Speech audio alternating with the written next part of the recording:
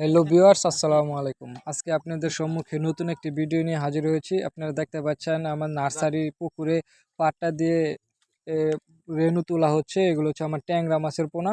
রেনু দেওয়া হয়েছিল, এখন ধানি হয়েছে। আপনারা দেখতে পাচ্ছেন এগুলো আর কি মাছের গুণগত মান নির্ণয় করা হবে।